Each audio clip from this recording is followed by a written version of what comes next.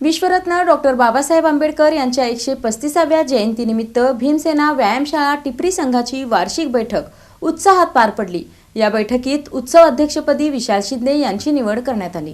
विश्वरत्न doctor Babasaheb Ambedkar यांच्या 135व्या जयंतीनिमित्त दरवर्षीप्रमाणे यंदाही भीमसेना व्यायामशाळा टिपरी संघाची वार्षिक बैठक उत्साहात पार पडली।